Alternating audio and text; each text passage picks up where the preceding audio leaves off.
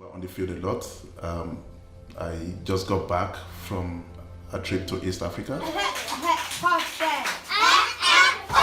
The core of what we do is leveraging technology to provide a learning platform for the teachers, which we support with classroom-based training.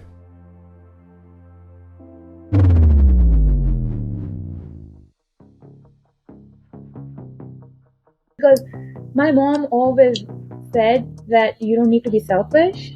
You don't need to think always about yourself.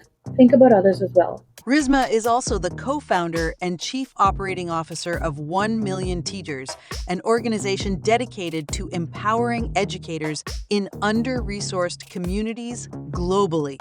Get distracted. Be determined. Keep your goals in front of you. You will eventually get there by going through different hurdles, by going through different situations, relationships, family issues, but you will get there only if you want to.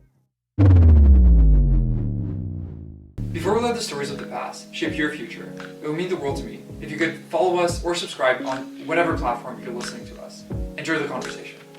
So, without any further ado, Brandon, let the stories of the past shape your future on the Quoting Life podcast. To kick us off, we would like to know what are the defining moments in your life? So if there was to a biography written about you, what would be the key chapters that has shaped you into the person you are today? Wow. Nobody has ever asked me this question, so it's a tough one. But I would say I'm not ready to have a book written on me so far. I think there's a lot that I still need to achieve and still need to do. I'm still learning, still growing myself.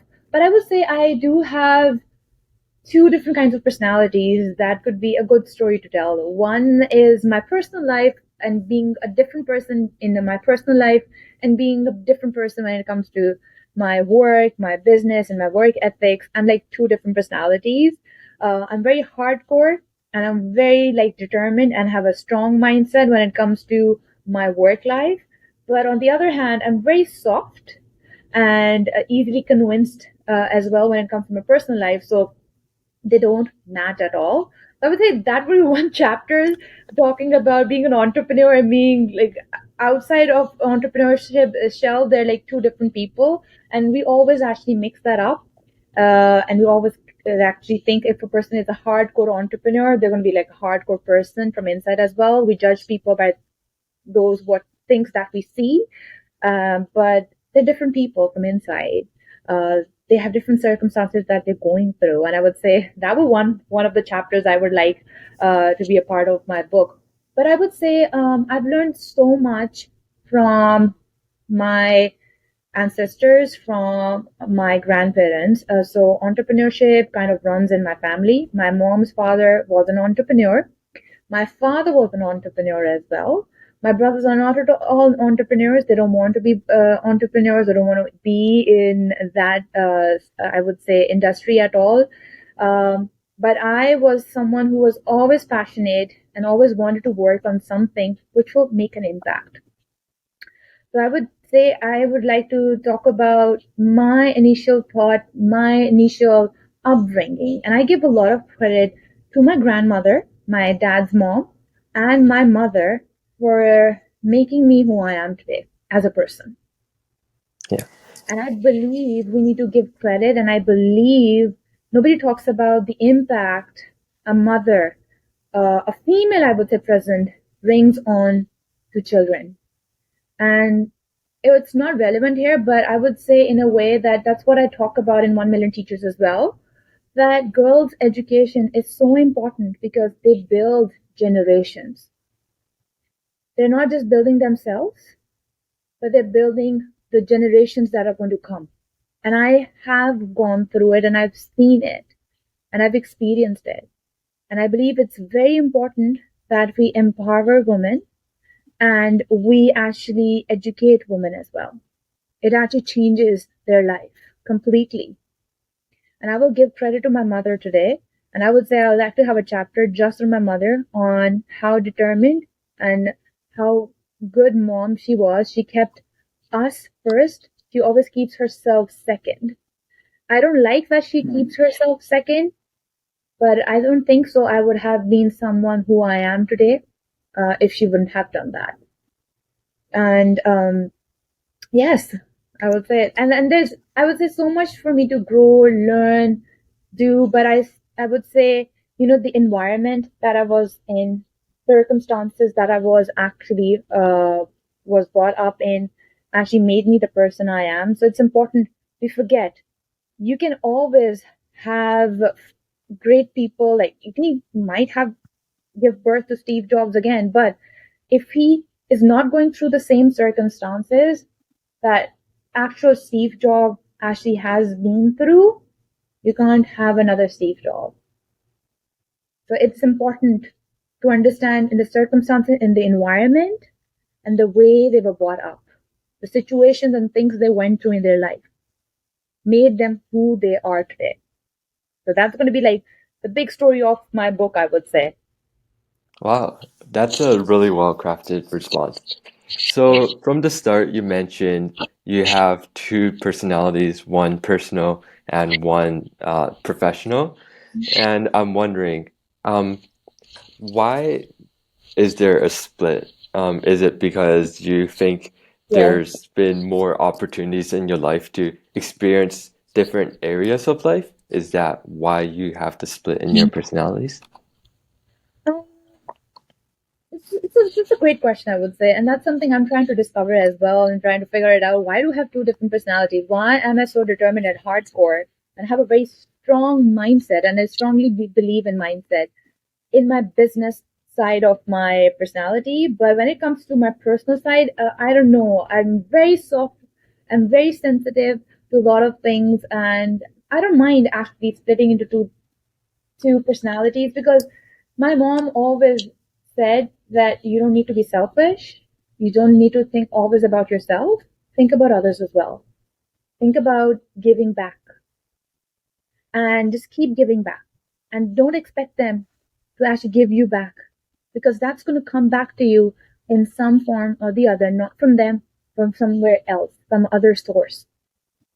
So just just just have that side as well. So I would say if you have a hard side, hardcore side where you're like a little bit bossy, a little bit aggressive, a little bit business oriented person, get the child out of you as well. Little be soft. Show the caring side of yourself. And I think the best way to do that is when you're with your family, and your friends. So I would say that's maybe the reason I have two different personalities. Because remember, being an entrepreneur in a family, being bossy person would not actually help you build any kind of relationship. People are just going to throw you out of the room, but be like, you know what? You can do that in your work. Like, don't do that with us. So that's one of the reasons why I do have two different personalities as well. And I'm actually funny enough, my friends, or my one of my friends in my university said to me once, which is like literally stuck in my head. He said one thing to me. He said, "Rizma, remember, not everybody is Rizma. That's it. Hmm. Not everybody is you. So don't expect people to do things the way you do it. Yeah, Because for sure. I think even that, like sometimes it's hard to like we forget that, sometimes people aren't like us. And I've been in plenty of arguments where, people are like, "Oh, but I would never react this way if I was you." And I was like, "Well, that's the exact point. I'm not you and you're not me." So that's where the disagreement comes from. But as you were yeah, speaking there, there's a like common train of thought. I'm sure you've heard of it before. It's like there's three masks in life. So there's the mask that you show to the world. There's a mask that you show to your close friends and family, and then there's the final one that you show to no one. And I'm wondering, is there like a side of you that nobody knows? Have you ever thought about that? yes, I have. I would. That's my problem, I would say, and a lot of people say that I'm a very transparent, open person. Hmm. Um, I would say that. So it's like side of me. I would say I'm very self-driven, and I don't miss people. Like that's something people don't know, and people get really attached to me very quickly. But it's not the same way from my end, and people think that is. but I don't like to disappoint them. But I would say I'm a very strong person mentally as well. Like a very normal person, I do go through different phases. I do go through the phase of depression as well, but I know how to get myself out of it and keep moving forward.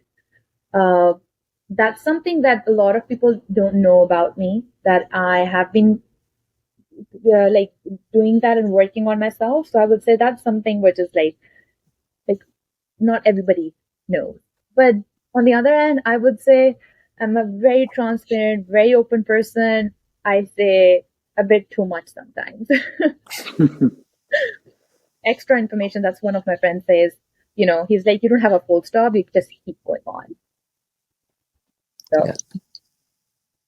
And I'm wondering about your experience with 1 million teachers. Has your personality kind of tied into the growth of 1 million teachers?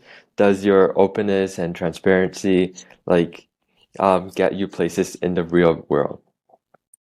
yes, I would say in the beginning, I was very like a business oriented person. And I would give credit to my co-founder, who is Hakeem. I learned so much from him. He taught me that, it's good to give, it's good to be open. Because the work we're doing, the social impact work we're doing, people just don't want you to do something for them, but they want to see why you're doing this for them. What's the reason? What's your motivation? Why are you working on this impactful business, which is making impact on people's life? What's the thought behind it? What's your motivation?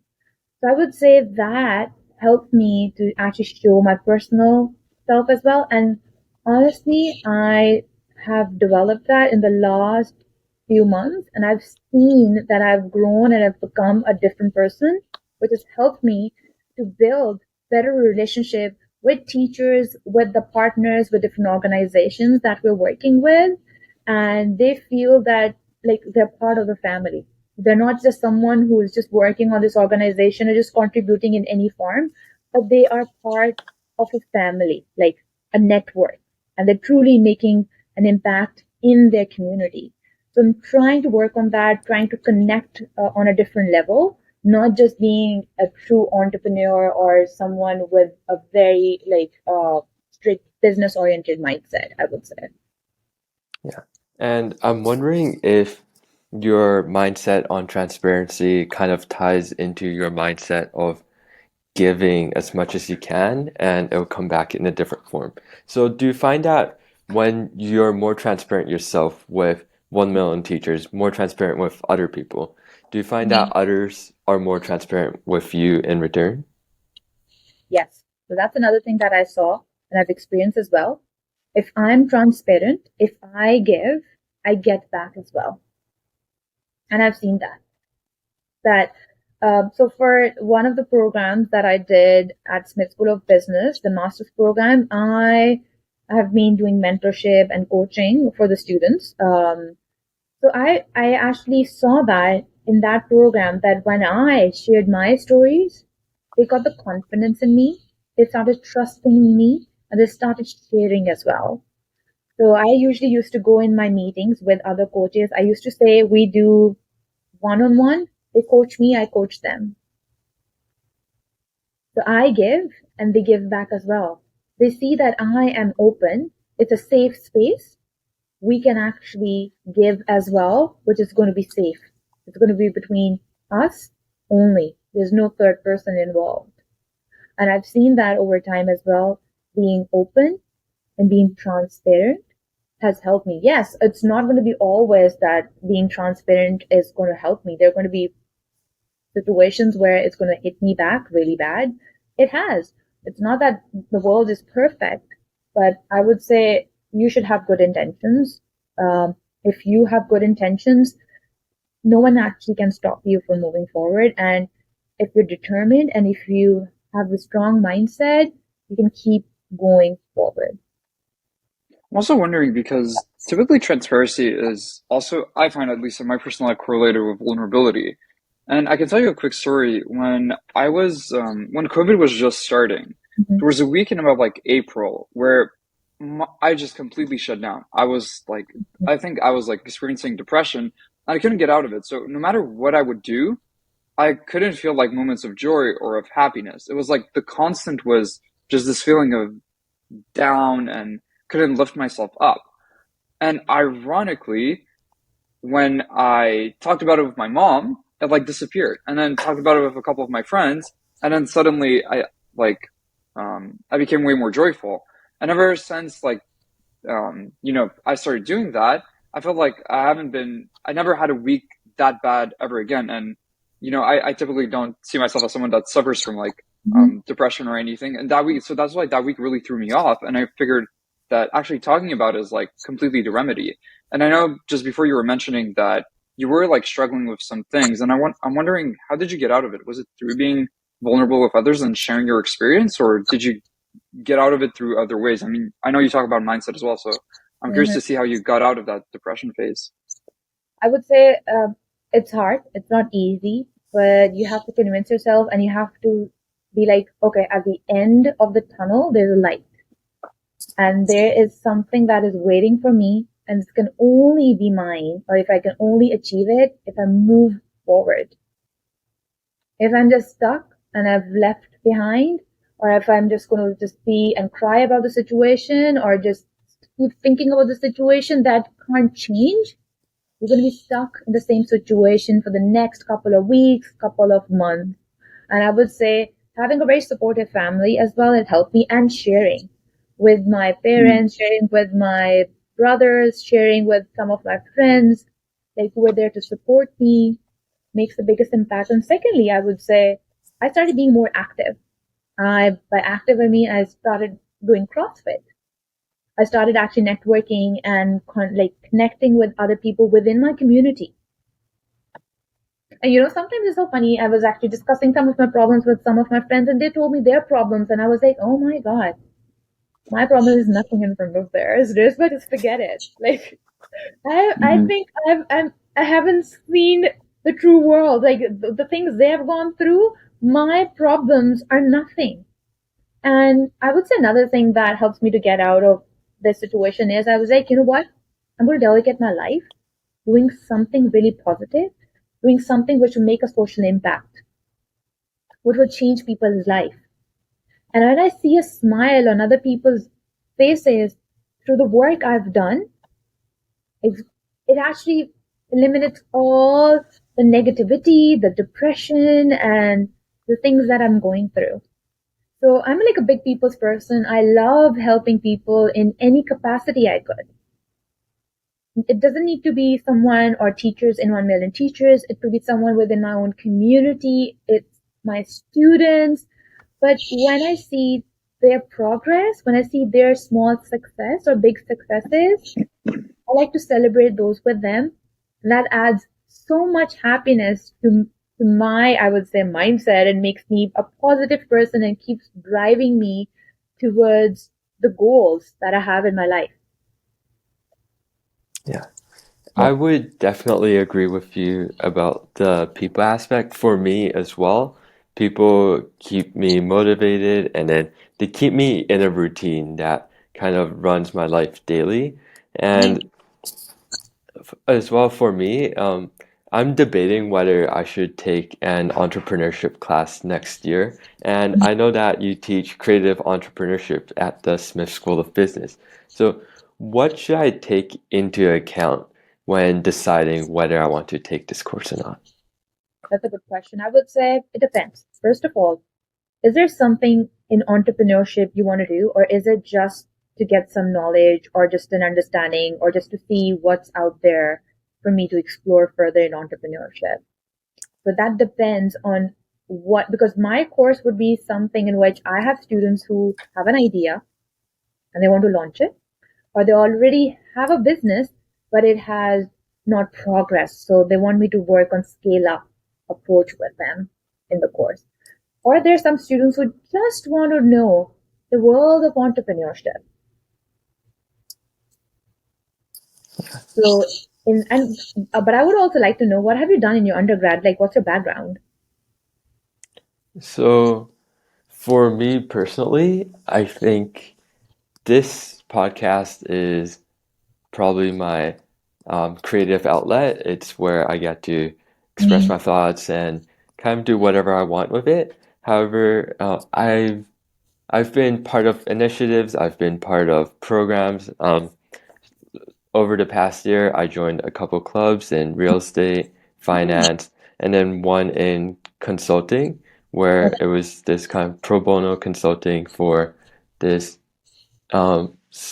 micro solar irrigation company in Ghana. So I Oh, guess through that, I was able to see the ongoing process of entrepreneurship and mm-hmm. what impact entrepreneurship can bring. And I think for me, it's the idea of entrepreneurship that makes me interested. It's the idea of Mm-hmm. being able to create something, to have impact, Yeah, and to grow your own thing. And yeah, it's like another outlet it is to another. I agree. show your possibilities. Yeah. Well, show your possibilities. Not only that, it's not important that you go through the entrepreneurship courses and you become an entrepreneur. You can become an entrepreneur as well.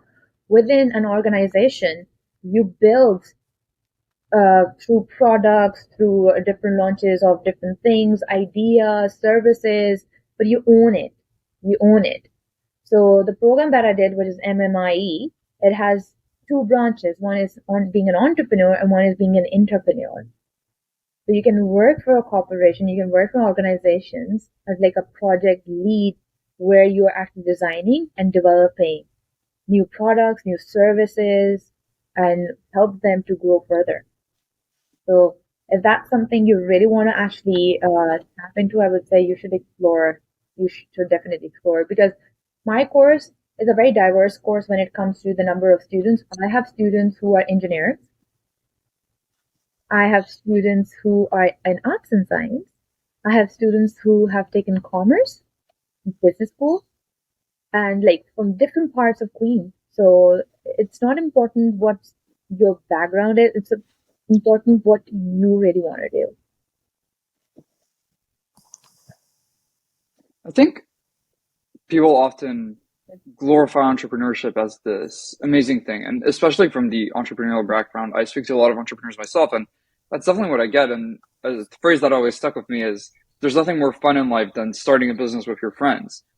Yeah. However, something I find that's sometimes omitted is the actual costs that do come with entrepreneurship.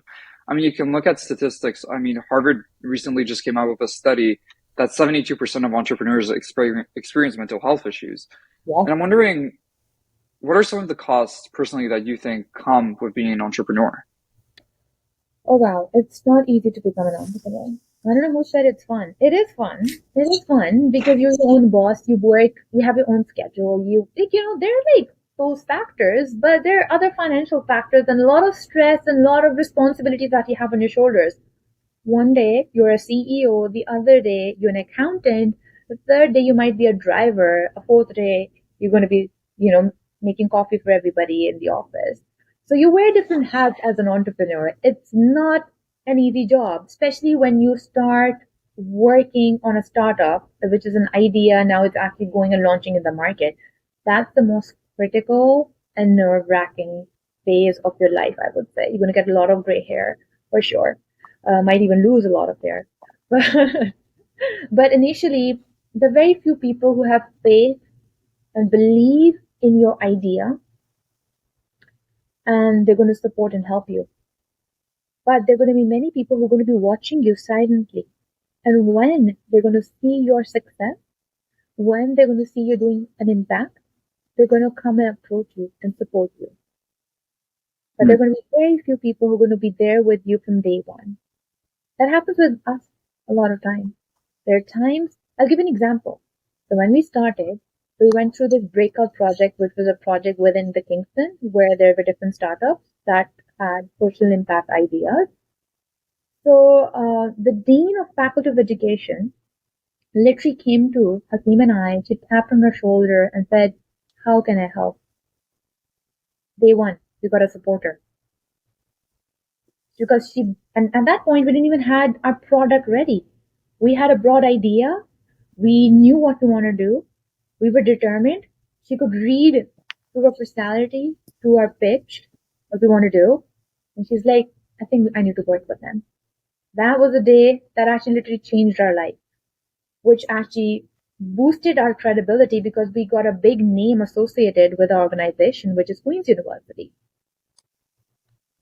And the dean actually comes walking to you and saying, like, how can I help? I want to be part of this amazing initiative that we have. So she's the dean of faculty of education. And it's been 6-7 years now that we're still really strong partners. We're still in partnership. And there are some people who came and just left.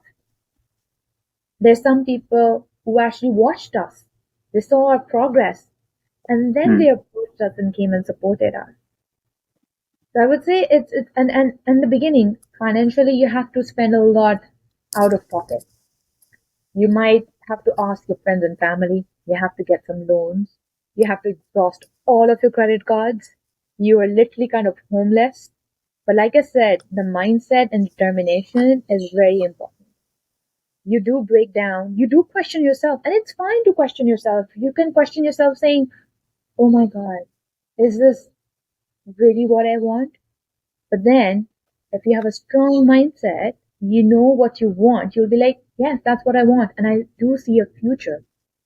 There were a lot of times that people didn't really understand our idea and they were like, oh, that's not going to work. You guys don't know what you're doing. And then that's the day Hakeem and we decided we're going to listen to everybody. But we're only going to take in what we think is right for us. You don't have to do whatever everybody is saying. You do what is right for you because you know your organization, yourself better than anyone else in this world. They don't know from where you're coming from. They don't know what your business is. They don't know the big vision you have and what you're trying to achieve. There are a lot of times, I would say, it's heartbreaking that the first ever pitch that we did in Toronto, it was for different businesses, different kind of businesses, not just social enterprise or not-for-profit businesses. The first question that the judge asked us from the panel was, oh, is this a problem? The people in Africa or children in Africa who don't have education.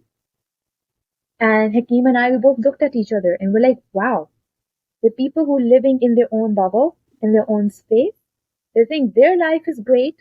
They're having a great time. They don't have any financial issues. They're mentally stable. They think everybody around the world is actually living the same life. But they have never stepped out of that bubble to experience the crisis and the problems that are out there that are impacting millions and billions of lives every second in different parts of the world, I would say. People are not aware. People believe in what social media actually shows them, or what people want them to know. But what people want to know as well is another thing I would add, is the only thing they know. But there are like different things happening around the world that we're not even aware of, or we don't even know, or we are not educated. You would even see a lot of international students that come to Canada. They don't understand the word diversity. They don't understand the word networking that I've actually seen my students actually going through. Because these are some of the concepts that in Asia, people are not familiar with.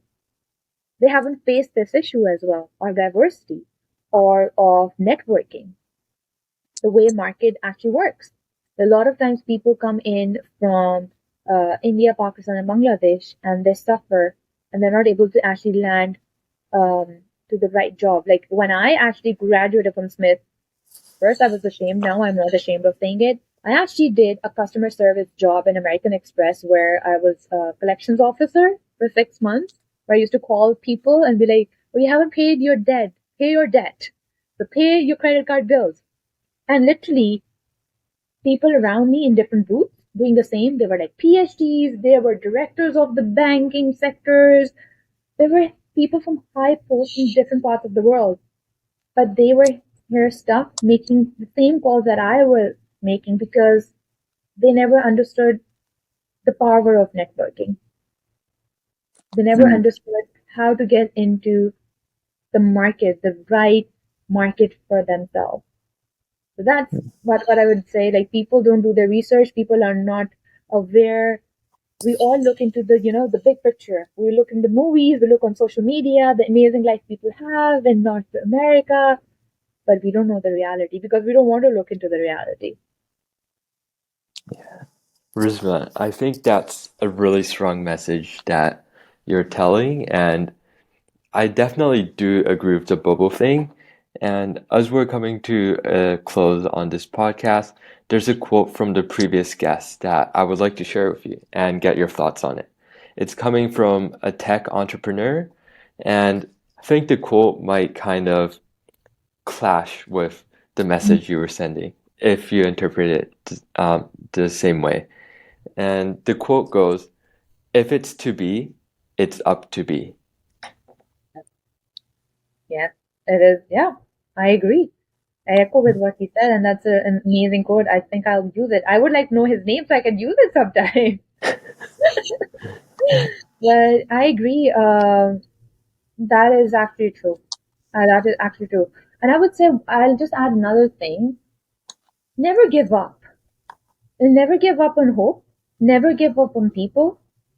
If if one business idea or one thing or one person, even in relationship, is not right for you, there's always someone else out there who will be right for you.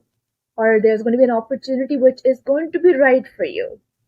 And I always say this to my students.